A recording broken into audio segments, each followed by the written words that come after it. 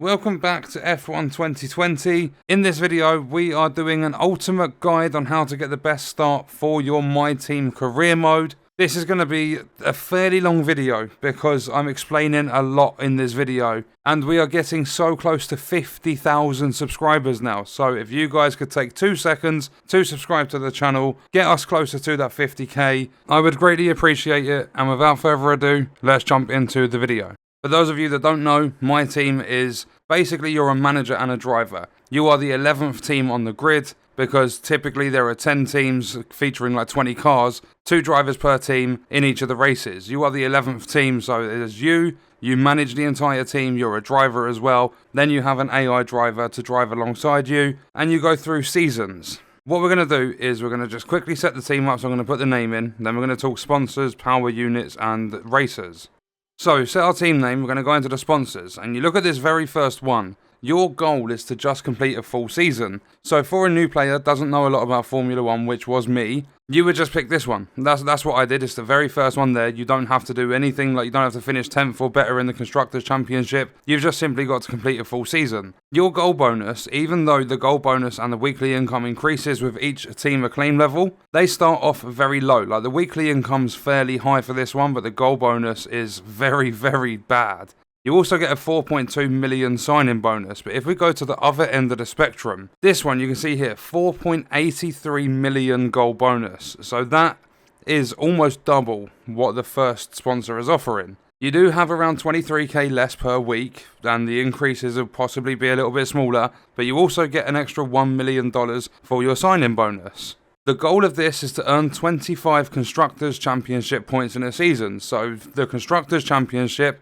is basically the championship to see which car brands are doing better. So the constructors of your car. So you would get like Mercedes, Ferrari, things like that. So we're going to select Pacifico because I personally believe this is the best one to go with. We're going to go into our power unit. And just to give a little bit of a boost, we're going to select Ferrari because it's the best one there. The contract's really expensive, but you look at the performance and the durability compared to the others. Normally I would go with Renault, but look, the performance is 87, it's not too bad, but look at the state of the durability. Your car's going to fall apart. And it's already hard enough as it is because you have a stock car. Your car's nowhere near as fast as it could be. You have to go through and do all of the upgrades. So we're going to take Ferrari because we have the money. We don't need to worry too much about our facilities and everything at the start. So Ferrari it is, then we pick our driver.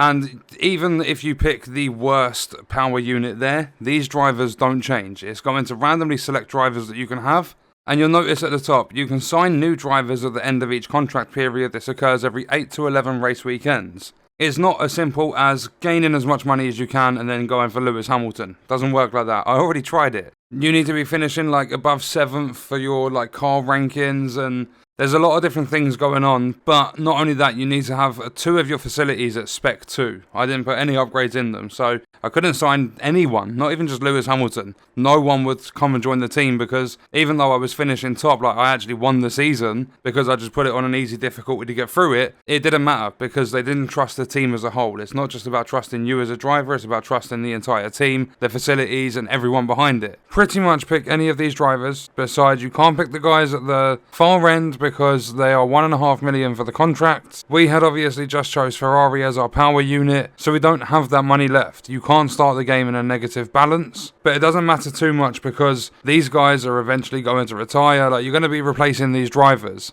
Whereas your power unit is what's going to keep your car durable so that it's not falling apart. It's going to boost the performance with the better power unit. So you're going to get, I'm going to say, more bang for your buck. You're going to be finishing better in the races. There's loads of different factors that come into it. But for this example, we're just going to go with Correa, however you pronounce that. I'm sorry if I butchered that name completely. But there we go. We have $100,000 because money doesn't matter at the start.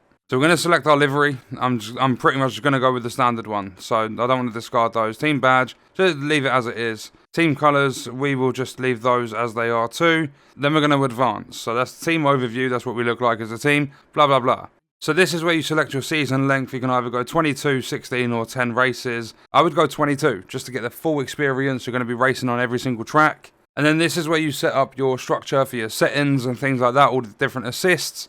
And this is where the most important thing comes in. We are a basic team. We've just put this team together. So if we are bumping up our difficulty, our driver level up to say 80, or even if you go all the way to the max end up to 110, which is ultimate difficulty, if you're doing that, you're never going to earn constructor points. It's not going to be easy at all. You'll be qualifying like mid-track, like mid-grid, and sometimes even the back of the pack. There's going to be different things like depending on tracks and how you handle your car, what your car setup is. There's a lot of different factors to everything in this. So what I'm going to do is leave it on one shot. I'm going to put it on 5 laps for the race distance, just for the very first race. And we're going to leave the AI driver level on 20 as well, because literally after one race, you can complete the goal of your sponsorship. Your sponsor with Pacifico is to get 25 Constructors' Championship points. That means between you and your teammate, you have to get 25 points in a whole season towards the car. So you're going to get the points for yourself as well, but for the car, the constructor, for that championship, you need to get 25 points. Leave it on 20, do one race, you will get 26 points. If you're finishing in pole position, if you are first, you will get 26 points. That is your season objective out of the way after one race. Then you change all the settings to exactly how you want. It's a little bit cheesy because some people would rather just start their team how they mean to carry on. Like they'll just start on like 75 difficulty, something like that. Make it a little bit tough and make it more realistic. But this is how to get the best start. You're going to be earning money, you're going to be able to upgrade all of your facilities in your car, and it's just going to make your time in the My Team game mode a lot easier. So 20 driver level, 5 laps, 1 shot qualifying, that's just for the first race. You can change all of this after. Okay, so once you've got past the very first Q&A session / interview, you're going to be presented with this screen, and this is where you're going to do absolutely everything. You're going to advance time, you're going to check on activities, look at messages, always read these. They will give you kind of like a heads up on things that are happening. And then we go over to the facilities. These are what you need to upgrade. You can see our durability is up to spec 1 because of the answers you give. Like your facilities basically get happier and stuff. But you need to try and build these up because the higher they are, the less time you're going to have to wait for upgrades on your car. Then you've got like the quality control and everything. You can see there that you've got the fitness center, you've got sponsor relations. So your marketing team could do a better job and get you better sponsors and stuff because you don't only get the primary sponsor. R&D, so that's all of your research and your development and stuff. So you look at the tree and it can be a little bit of like an intimidating sort of like research tree, but you can press X if you want to and it will just recommend an upgrade for you. And then you can rush it, there's a failure chance, so upgrading the spec in your facilities is going to reduce that chance of it failing. This is where you're going to keep an eye on the durability of your vehicle. You have your ICE, you've got your MG UK and H, you've got your energy store, your turbocharger, your control electronics. Make sure with the ICE, it will tell you exactly what all of these are, like how you get wear and tear on these. So if we go back to the ICE, excessive revving wears the internal combustion engine. So if you wear it down, it's going to result in a reduction in power. So you're going to start losing power in the races. And if you mess up your gearbox, you might slip 4th gear or something. So you'll have gears 1, 2, 3, 5, 6, 7, 8. So especially for the condition of the ICE, make sure you're not revving too much at the start of races.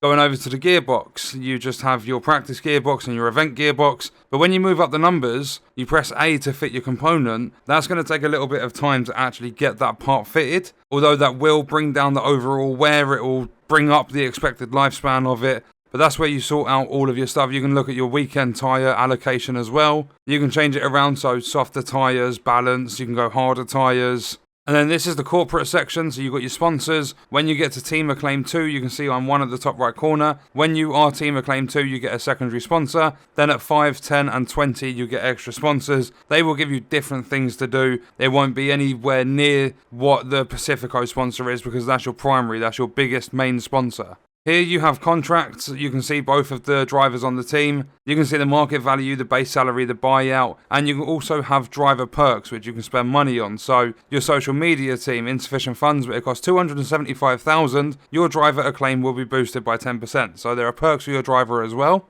Here is the market. You can see straight away Lewis Hamilton is like character, player, driver, acclaim level 18. He's 19.5 million. 94 rated, which is absolutely insane. But as I said, there are going to be certain things you need to do. You can't just sign him. You need to have like 2 facilities, a Spec 2. Your car needs to be up there in the rankings with the upgrades and stuff. He doesn't want to be joining a fresh team in Formula 1 and he's got some trash car that he's got to drive around. The team's horrible. Like, there's no synergy within the team. There's no communication or anything like that because he's obviously got a really established team already. Then you have your finances. It's just going to tell you your balance, your income, your outgoings, like your expenses and stuff. You've got your finance history there.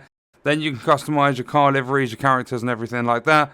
Then there are the stand-ins, driver stand-ins and constructor stand-ins. So you'll see you've got Lewis Hamilton for Mercedes, and then you'll see constructor, you've got Mercedes, Ferrari, all the different car brands because it's the constructor, the company that built the car. You can see we're sat 11th. That is where, with the Pacifico sponsor, you need to get a minimum of 25 points in the season. Literally, your first race by having it on 20 difficulty will give you 26 points if you finish first. That will literally be that entire sponsor dealt with for the whole season. You don't have to worry about that ever again. And not only that, that bonus you're going to get at the end, which is, I believe it's 4.83 million, that's going to keep going up and up and up the higher your reclaim level goes up. You get rivals as well. So during the post-race interviews, you will, like, something will pop up and say, like, oh, like, who's the driver you're most looking to beat? And there'll be different levels of acclaim you can earn, but each of them will be harder. So maybe you'll have Verstappen for 3,000 acclaim, and then you'll have someone else that's lower, not as good of a driver, that'll be like 1,500 acclaim. So you get a rival, and then it's based on 30 points. You get different points for doing different things during practice and race weekends.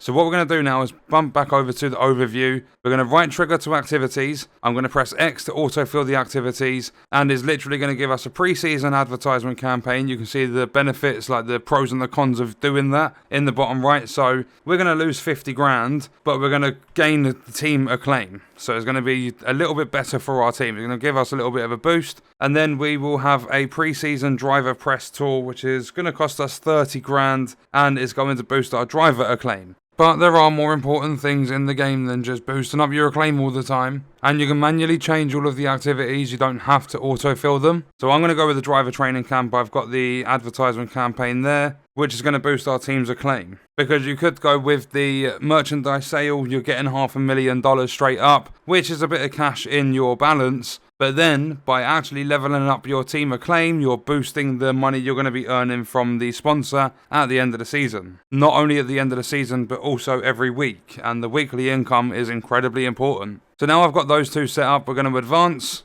There we go, into March, we've done that campaign. There's some weekly money coming in. Then we are over to Australia at the Melbourne. So you can change your tyre allocation before you go in there. But once you go into the race weekend, you cannot quit the race weekend. So make sure you are ready.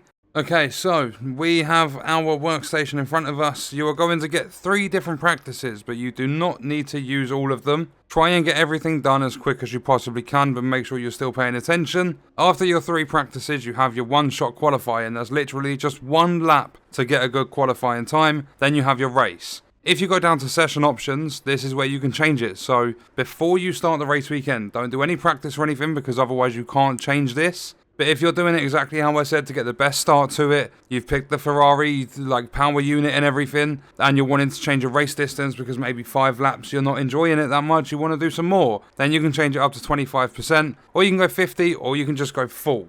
And we're going to jump into our practice, although we do have a couple of messages. I've attached a preview for this weekend. So the weather forecast on the race is going to be dry conditions. Also in qualifying, it's going to be dry. It's going to be sunny during qualifying. But it looks like it's going to be overcast. There's going to be a lot of clouds when we are doing the actual race. So practice 1. Let's jump into this. Okay, then what we're going to do is go session info. Do not go straight to the track. You're going to look at your little screen and you're going to see all of these different things that you can do. You're going to have your team objectives. You're going to have R&D objectives, which are going to give you resource points so that you can upgrade your car. And then you're going to have all of these separate tabs. You can bump it through, you've got settings and stuff, and you can change what you're doing. But you have a set time. 29 minutes, 18 seconds there was. Like, we'll say 29 minutes. That's how long we've got to do this. If we do have this stuff done, then we can skip practice 2 and number 3 because they're exactly the same. We can go straight to the qualifying. This is basically going to build up data so that they can fit what they need to fit onto the car and they can get an idea of how much fuel they need to put in and loads of different stuff. Like, you can see your fuel management, your tyre management, everything like that. This isn't mandatory, you don't have to do this, but I'd recommend you do it because it's going to help your team. You are also going to earn resource points for your research and development, car upgrades and stuff later on. So the team objectives: low fuel, complete a full lap using minimal fuel, chain 5 corners in the track acclimatization practice program, beat the average speed trap speed, drive a whole lap without leaving the track, set an optimal 3rd sector time in the qualifying pace practice program. So if we go qualifying pace, we're going to press A, and we're going to start it with the recommended, which is going to be soft tyres for 1 lap. And we're going to start that. So we need to set a fast sector 3. I'm always going to start it with flying lap. I can't be bothered to drive out of the pits. Not only that, it gets you starting this practice at speed. Okay, so this is where the time starts. That was a bit of a dodgy overtake. I thought I was going to get a hit for some reason. Okay, so we've done a team objective. That's good. Remember, sector 3, we need to try and set a fast time.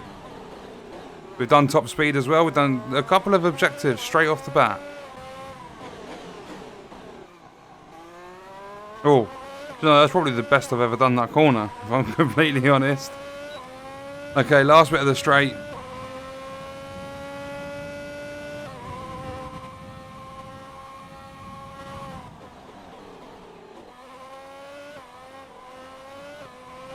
Right, team objective complete. We got the fast sector 3, which is very good. 1 minute 27 on the fastest lap, which is perfect. We've done a lot of objectives in that 1 lap. So what we're going to do, instead of going round and then pitting, we're just going to get around this corner so it's a bit safer. Press start and we're just going to return to garage. That's that activity, that objective for the practice complete. So if we go back over, we have done 3 of the 5 team objectives, 2 of the 3 R&D. So the final one for R&D would be fuel consumption. Complete a lap while conserving fuel to make use of the recently fitted fuel consumption upgrade. So if you do that, you're going to get more resource points. We've got 280 out of the possible 625. If you look at the bottom right as well, it tells you the track status. Currently it's clear. There's only 8 cars on the track practicing. There are 2 other team objectives that we could do just to get some extra points and stuff in. And then obviously you've got the different types. So you've got your ERS management, your fuel management and stuff, so that the team can collect data to make it better for race day. But we're not going to do that. We're going to advance the time. We're going to get out of the training, go straight to qualifying.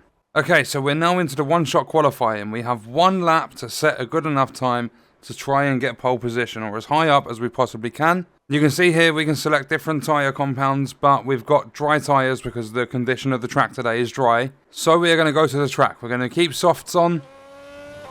And here we go. This is we get 1 shot of doing this. You can change the qualifying.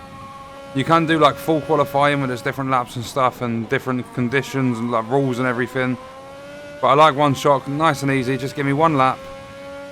And as long as I don't do really, really bad, then we should get a good position, especially on 20 difficulty. It's not too hard to get yourself pole position when you're playing on such a low AI driver level. And another thing, if you look at the bottom right, you'll see I have ERS with a percentage there. To the left of that, you'll see a little green bar. That's your overtake. It's incredibly important to use when you're racing, but you're not allowed to use it during qualifying. You would, because of the name, typically use it to overtake. But you can also use it on straights. You just need to be careful, because it's obviously going to put wear and tear on your car. I'm just trying to... There we go. Still got P1. I mean, I don't even know the time of the other drivers. If you look at the bottom left at the minimap, you can see that is 2nd place behind me. So I've definitely got pole position, as long as I don't screw this final corner. There we go, lovely. Pole position is guaranteed. We've got to do 5 laps of this. You've seen the track, we've done the qualifying lap, we did some practice. So I'm not going to simulate, I'm actually going to do the race, but I will see you guys after. Once race weekend is over, like, I'll probably show you when I cross the finish line or something, which I'm guessing around 7.5 minutes based on my qualifying times. So I'll see you guys then. Okay, one thing I forgot to mention is when you are playing and you have it on 25% race distance, like any other distance besides 5 laps, you will have a race strategy. So there is even more to it But because I'm on 5 laps, there's like, you can look at the car setup, but there's literally just this one. There will be different car setups and you can save them and you can set them to how you want them. But there's a lot more stuff to do when you are playing on like 25% race distance. Whereas 5 laps, you don't need to change your fuel, you don't have to pit or anything like that. Just a straight up race. One more thing I forgot to mention, and I've only just remembered it because I almost spun out straight away. If you press B, you can see over at the bottom right side of the screen, it's very dangerous to do it mid-race, but if you bring it up, you can change your fuel mix and everything, and your differential. You can look at your downforce and stuff there. You can look at your tyre pressure and everything. There's a couple more screens, I don't like doing this. The temperature of your tyres, you can look at your engine. That'll be a good pointer on when to start being more careful with different things if you understand all of the different components of your engine. Another thing to bear in mind as well, this is Formula 1, do not cut your corners, you will get penalties. You'll lose like 5 seconds off your time. And that could be the difference between first, second, or you could even be third, cut one corner, lose a few seconds off your time. That could knock you off the podium. Okay, so we've got the standings of the race. We come first, Bottas comes second, Verstappen, Hamilton, Vettel. Our guy actually pushed up one position. He started the race in 19th, pushed up to 18th. That's pretty good, especially for a starting driver. I guess that might be a little bit of something to do with the Ferrari engine. You never know. Ferrari is amazing. And I said 7.5 minutes, 7 minutes 24. But you can see how much of a boring race it was. I was 13.2 seconds in front of second place. I was literally driving, not racing. Okay, so I'm going to quickly get this Q&A, like the post-race interview, out of the way. Okay, so we are back in the main screen. Always make sure you remember to deal with your sponsors and stuff first, because if you skip this and the week has passed, you're missing out on that extra income.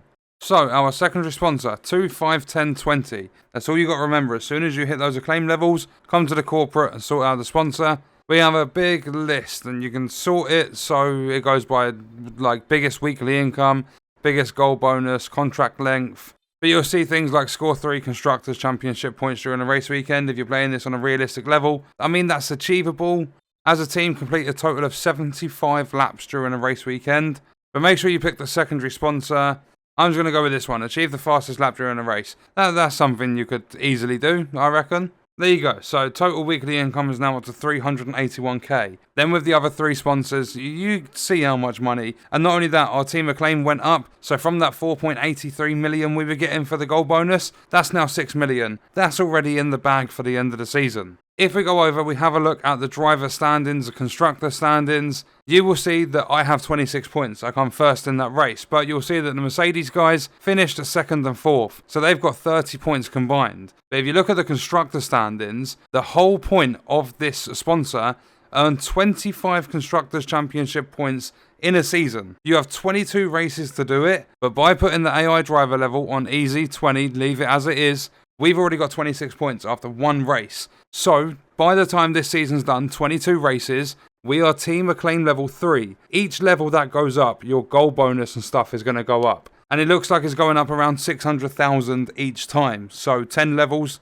that's another 6 mil in the bag. That's a lot of money for car upgrades, potential new driver, or extending the contract on your current driver, and all of your R&D, and building up your facilities. Your R&D uses the points you'll see at the top of the screen. And then all you have to do to change the difficulty back, or to change it to whatever you want, because obviously that was first race, to change it to however you feel comfortable, as realistic as you want it, all you have to do from here is just do the advanced time function and go through to the next Grand Prix, which is on the 19th at Bahrain. And then when you're in the workstation, before you go into any of the practice, just go down to the assists and change it all there before you start that race weekend. Then it's all done. You can play however you want, and you've got all of that extra money coming in at the end of the season. So that is going to do it for the video, guys. That is pretty much everything you need to know to get into it. The only other thing is, like, when you're doing races at a 25%, you're obviously going to have different tyres, you're going to have pits, and you're going to have different fuel consumption and everything. Like, things are going to change, but it won't be too much different. That's just to get the first race out of the way,